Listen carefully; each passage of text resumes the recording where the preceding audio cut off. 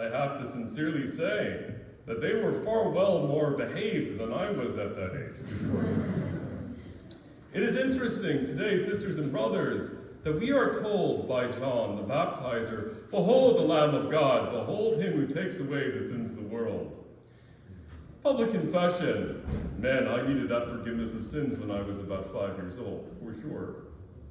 The year was about 2001, and I was losing my eyesight due to an undiagnosed brain tumor.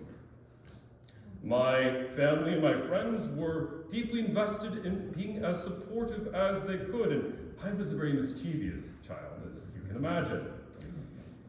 At that time, The Lord of the Rings, a narrative of good versus evil, was depicted in cinema, and my young friends were buying toy bows and arrows. Now, I don't know about you, but up in New York, we don't really have a lot of archery kits. And I pleaded with my poor mother, please, please, please just purchase me a toy bow and arrow like my friends. So I too could be like a hero of old and fit in. Well, my mother, God bless her soul, not wanting to let her 5-year-old blind son feel as if he was left out, took me to the local sports store. And she purchased, in naivete, what she thought was a beginner's toy bow. It was a beginner's hunter's bow with steel-tipped arrows. My mother, not knowing any better, said, "Johnny boy, you can shoot it anywhere you want in the house." So, dutifully, I found the biggest and most expensive thing in the entire home to point my bow at.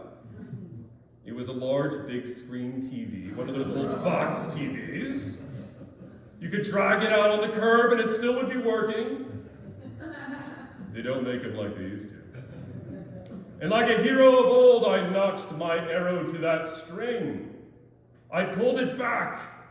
There are various versions of what happened next, depending on whom you ask. My mother says it whizzed past her ear, landed smack dab into the television set. There was sparks, there was flame, glass fell. I was so screwed. I was banished to my bedroom where I awaited the sentence of the patriarch of our household, my beloved father. And I sat there in silence wondering all the kinds of toys and games I would inevitably lose, naughty child that I was. And I heard his heavy footfalls on the wooden floor approaching my shut door, and I trembled. Suddenly, the door popped open like a pop gun, and he said in a voice that only I and him could hear, "Thank God, John, I've been trying to get rid of that trash TV for the past 15 years. Here's $50. Don't tell your mother, and look really, really sorry. You are my son after all." We all knew what that meant. "And I love you very much."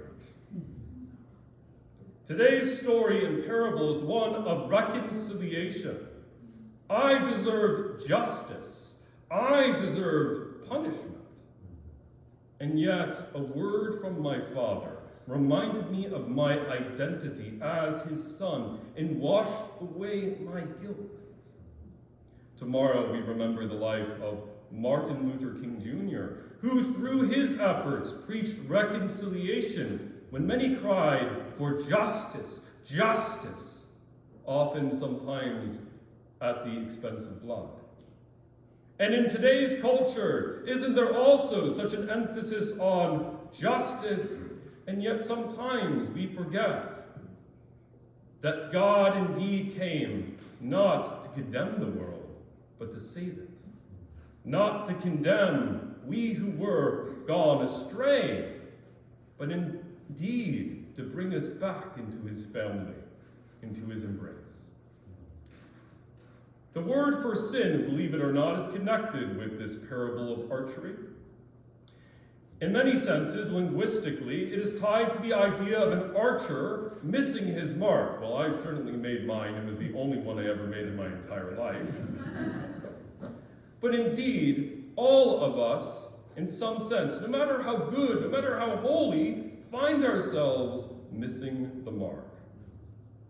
C.S. Lewis, author of the Chronicles of Narnia, is purported to have said in a BBC address during the Second World War that the history of humanity is not so much the story of bad people doing bad things, though this is quite real and does happen, but also the story of good people trying to do good things, but somewhere along the line something went wrong.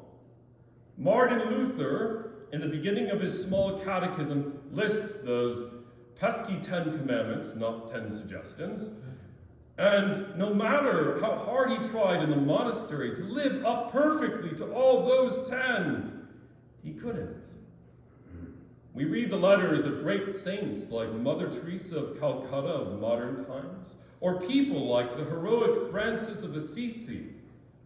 And even they mourned that no matter how hard they tried to live a holy life, to climb Jacob's ladder, to buy that stairway to heaven, if you will, they themselves found that they could not do so through their own merits or bootstraps, only through the grace of God. In a similar way, sisters and brothers, there are many in our culture who do not even attempt this. If you walk into Barnes & Noble, I am the strange blind man who loves my physical books. Thank you, Samantha, for your infinite patience walking through those aisles. You will find a lot of books in the self-transformation section. Advice from gurus and teachers about how one can advance one's own self. New Age books and occult books about how to harness the energies of the world. And might I suggest instead 4 really good friends of mine. Their names are Matthew, Mark, Luke, and John. Might I point to John the Baptist today, who tells us not all about his self-worth or his point of view or his perspective. Instead, he says, behold the Lamb of God. Behold this Jesus. Behold he who alone can take away the sins of the world.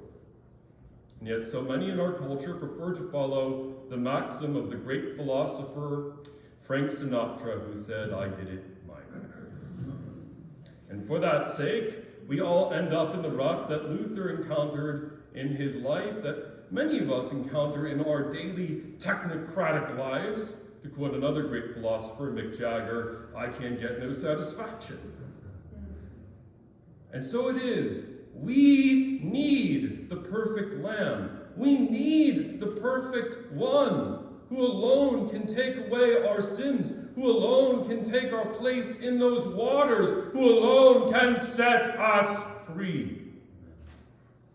This reality is more palpable than we can imagine. Is it curious, sisters and brothers, if we've ever attended a baptism, that the godparents are still asked, even in our Lutheran tradition, an exorcistic prayer against evil? Do you reject Satan? Isn't it curious, sisters and brothers, that if I were the blind man up here to show you orthodox icons of the baptism of Jesus, Jesus would look like Conan the Barbarian going into the waters with a giant harpoon to slay a water dragon. The reality is, we wrestle with sin, we wrestle with woundedness, but God has taken our place on the hard wood of the cross. God has gone into the messiness of our lives, into the messiness of my life. And even as my Father was able to give a word of healing, a word of reconciliation when I blew up his, maybe not prize TV, so too, our Lord, after we in Adam have all gone astray, has said to us, has said to you, has said to me, in the waters of that font, you are my beloved Son, you are my beloved daughter, in whom I am well pleased. Our culture teaches us that our faith is a private experience, to be enjoyed maybe on a Sunday or to be hidden away in a corner. This is not the faith. Jesus instead calls us to go forth and bear witness. You are a city set on a hill. You are the light of the world. You are his hands and his feet. In a few short minutes, when our good bishop will provide for us the Eucharist. The bread and wine become his real blood, Jesus' real body, soul, and divinity. You are cradling in your hands. You are cradling in your hands the very God who is cradling you. And you become, in the water and in the bread and wine, in these real gifts of grace, members of his body, the Corpus Christi, the body of Christ. Our world needs us. Our world needs him. And how will they meet him unless they meet you? Unless they meet us? Now, growing up in New York, we were not necessarily used to talking so publicly about this, and yet Jesus indicates how we are to spread this faith through the lips of Andrew. See, have we found the Messiah? And of course, Jesus reminds you in Matthew 25 that what you ever did unto the least of these sisters and brothers, you did also unto me. Sisters and brothers, by welcoming in this blind minister of the gospel of Jesus Christ, you have lived out an aspect of this baptismal life by welcoming each other, by loving and, yes, forgiving one another. In an age that would seek to cancel rather than to understand, to impose rather than to listen, help us, O Jesus Christ, to walk as your servants did 2,000 years ago, who overthrew the shackles of sin and death by being witnesses to this life. Now, I don't know if I will be formally ordained by the time my baby girl is born. You may have heard that my wife is pregnant with my first, a daughter who is on the way. But whether it is I or another minister who places our baby daughter Mary towards the font and sprinkles her, I know that the moment that water sprinkles her forehead, she will indeed have already received that word of promise I received from my earthly father, that even when we stumble and fall, as she will so many times, she will know the grace of God that surpasses all understanding.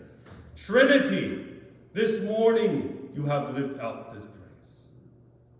In that way, perhaps we can live out that ancient song of Revelation, spoken so many times. Amazing grace, how sweet the sound that saved a wretch like me. I once was lost, but now I'm found. 'Twas blind, but now I see. With the eyes of this heart, I tell you now, we, the body, are called to great things. In the name of the Father, and of the Son, and of the Holy Ghost.